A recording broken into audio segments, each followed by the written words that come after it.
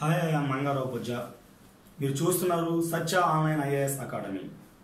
మనం గత క్లాసులో రాజ్యాంగ ప్రవేశిక ప్రియాంబుల్కు సంబంధించినటువంటి అంశాలను నేర్చుకున్నాం.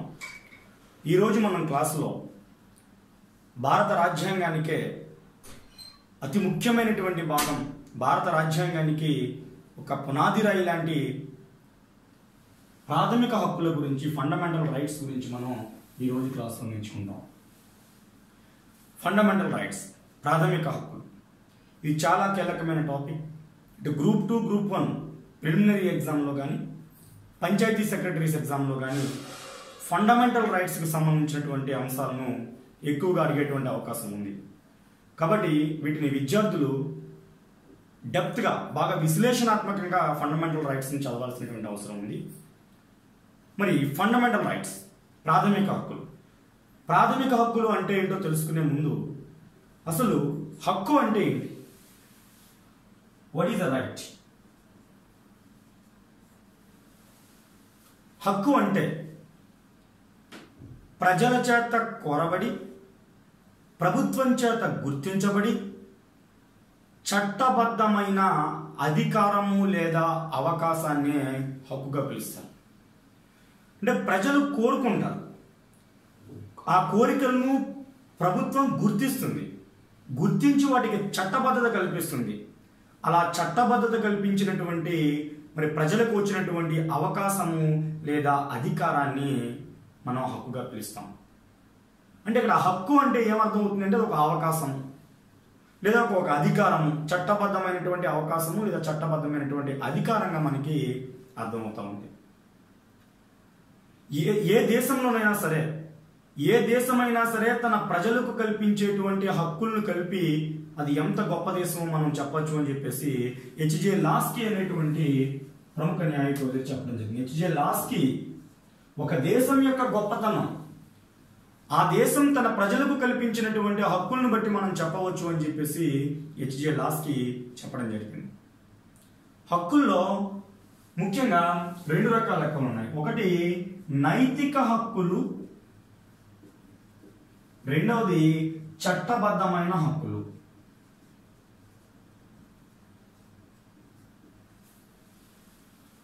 నైతిక హక్కు, నైతిక హక్కు అంటే ఏంటి? దీనికి ఎటువంటి చట్టబద్ధత ఉండదు. ఈ హక్కులను ఉల్లంఘిస్తే ఎటువంటి శిక్షలను విధించలేము. ఇది కేవలం నైతిక పరమైనటువంటి హక్కు. ఈ హక్కులను ఉల్లంఘించినప్పటికీ ఎటువంటి శిక్షలను కూడా మనం విధించేటువంటి అవకాశం ఉండదు. ఫర్ ఎగ్జాంపుల్, ఒక ప్రభుత్వ పాఠశాలలో పనిచేసేటువంటి ఉపాధ్యాయుడు ఉన్నాడు.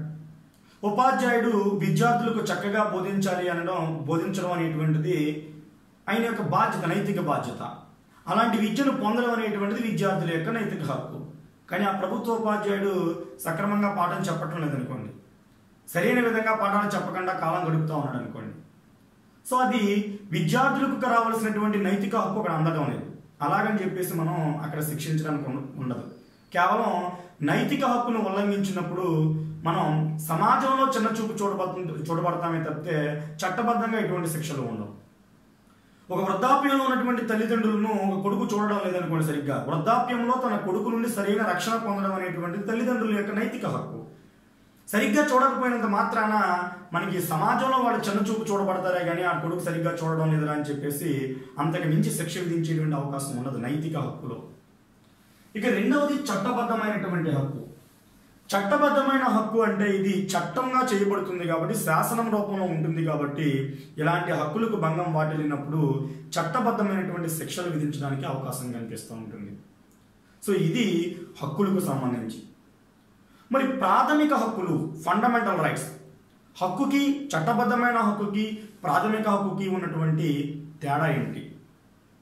దేని చట్టబద్ధమైన హక్కు అంటాం, దేన్ని ఫండమెంటల్ రైట్, ప్రాథమిక హక్కు అంటాం అనేది మనం ఒకసారి చూస్తే, ప్రాథమిక హక్కు అంటే ఏంటి అంటే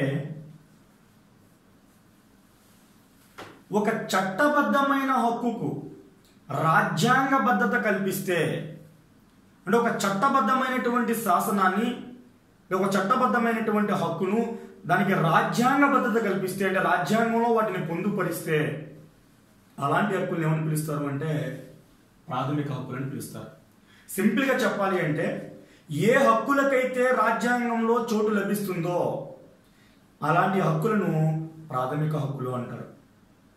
ఆధునిక రాజ్యాలలో ప్రతి దేశం యొక్క రాజ్యాంగానికి కూడా ప్రాథమిక హక్కులు ఉండడం అనేటువంటి దాన్ని మనం చూస్తూ ఉన్నాం. కాబట్టి చట్టబద్ధమైన హక్కు అంటే ప్రాథమిక హక్కు అంటే రాజ్యాంగబద్ధత కల్పించబడినటువంటి చట్టబద్ధమైనటువంటి హక్కు. సో ప్రాథమిక హక్కులు అనేటువంటివి పౌరులకు చాలా అవసరం. ఒక దేశంలో ఉండేటువంటి పౌరులు తమ శక్తి సామర్థ్యాలను తమ తెలివితేటలను ఉపయోగించి తాము సంపూర్ణంగా వికాసం చెందడానికి అవసరమయ్యేటువంటి కనీస అవసరాలనే ప్రాథమిక హక్కులు అని చెప్పేసి మనం పిలుస్తూ ఉంటాం. ఒక వ్యక్తి తన శక్తి సామర్థ్యాలను తెలివితేటలను ఉపయోగించి తాను సంపూర్ణంగా వికాసం చెందడానికి అవసరమయ్యే కనీస అవసరాలే ప్రాథమిక హక్కులు. ఆ ప్రాథమిక హక్కులు కనుక పౌరుడికి కల్పించకపోయినట్లయితే, ఆ ప్రాథమిక హక్కులు కనుక పౌరుడికి అందకపోయినట్లయితే వాడిలో ఎన్ని తెలివితేటలు ఉన్నా ఎంత శక్తి సామర్థ్యాలు ఉన్నా మరి తన సంపూర్ణంగా వికసించేటువంటి అవకాశం కనిపించదు. అందుకనే రాజ్యాంగం ఏ ఒక్కరు ఈ భారతదేశంలో పుట్టిన ఏ ఒక్కరూ కూడా మరి తక్కువ కాకుండా ఉండాలని, అందరికీ కూడా ఎదగడానికి సమాన అవకాశాలు ఉండాలనేటువంటి ఉద్దేశంతో ఈ ప్రాథమిక హక్కులను కల్పించడం జరిగింది. ఈ భారతదేశంలో పుట్టిన ప్రతి బిడ్డకు కూడా ఎదగడానికి సమాన అవకాశాలు కల్పించాలనేటువంటి ఉద్దేశంతో ఈ ఫండమెంటల్ రైట్స్ అనేటువంటి వాటిని పొందుపరచడం జరిగింది. సో ఇది ప్రాథమిక హక్కు అంటే. హక్కు అంటే ఏంటో నేర్చుకున్నాం, నైతిక హక్కు అంటే ఏంటో నేర్చుకున్నాం, చట్టబద్ధమైన హక్కు అంటే ఏంటో నేర్చుకున్నాం, ప్రాథమిక హక్కు అంటే ఏంటో నేర్చుకున్నాం. ప్రాథమిక హక్కులకు చట్టబద్ధమైన హక్కులకు ఉన్నటువంటి మేజర్ డిఫరెన్స్ ఏంటి?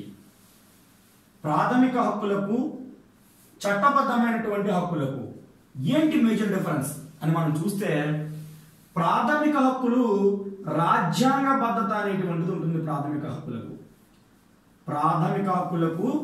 చట్టబద్ధ హక్కులకు ఉన్నటువంటి డిఫరెన్స్. వీటికి రాజ్యాంగ బద్ధత ఉంటుంది. ప్రాథమిక హక్కులకు చట్టబద్ధత హక్కులకు రాజ్యాంగ బద్ధత ఉండదు. కేవలం ఇవి శాసన నిర్మితాలు, పార్లమెంటు చేత నిర్మితమైనటువంటి శాసనాలు. ఇవి పార్లమెంటు చేత నిర్మితమైనటువంటి శాసనాలను చట్టబద్ధమైన హక్కులు అంటాం. రాజ్యాంగ బద్ధత ఉన్నటువంటి వాటిని ప్రాథమిక హక్కులు అంటాం. మేజర్ డిఫరెన్స్ అంటే ఇప్పుడు రాజ్యాంగ హోదా ఉంటుంది, వాటికి రాజ్యాంగ బద్ధత అనేటువంటి రాజ్యాంగంలో పొందుపరచబడి ఉండవు. ఓకే, ప్రాథమిక హక్కులను పౌరుడు ఎట్టి పరిస్థితుల్లోనూ కూడా వదులుకోలేడు. తనకు ఇష్టం ఉన్నా లేకపోయినా ఫండమెంటల్ రైట్స్ ని వదులుకునేటువంటి హక్కు ఏ ఒక్క భారతీయుడికి కూడా ఉండదు. ప్రాథమిక హక్కులను పౌరులు వదులుకోలేరు, తమంతట తాము వదులుకోలేరు. కానీ చట్టబద్ధమైన హక్కులను అవసరమైతే వదులుకోవచ్చు. చట్టబద్ధమైన హక్కులను వదులుకునేటువంటి రైట్ ఉంటుంది పౌరులకు. కానీ ప్రాథమిక హక్కులు అనేటువంటివి ఇష్టం ఉన్నా లేకపోయినా రాజ్యంలో ఉన్నటువంటి పౌరులందరికీ కూడా ఖచ్చితంగా ప్రాథమిక హక్కులు కల్పించబడతాయి. వాటిని ఇష్టం ఉన్నా లేకపోయినా అనుభవించవలసిందే. అంతేగాని వదులుకునేటువంటి ఛాన్స్ అనేటువంటి ఇక్కడ మనకు కనిపించదు. ప్రాథమిక హక్కులను సవరించాలి అంటే 2/3 మెజారిటీ ఉండాలి. చట్టసభల్లో ప్రాథమిక హక్కులను సవరించాలి అంటే ఖచ్చితంగా ప్రత్యేక మెజారిటీ ఉండాలి. ప్రత్యేక మెజారిటీ అంటే 2/3 మెజారిటీ ఉండాలి. కానీ చట్టబద్ధమైన హక్కులను సవరించాలి అంటే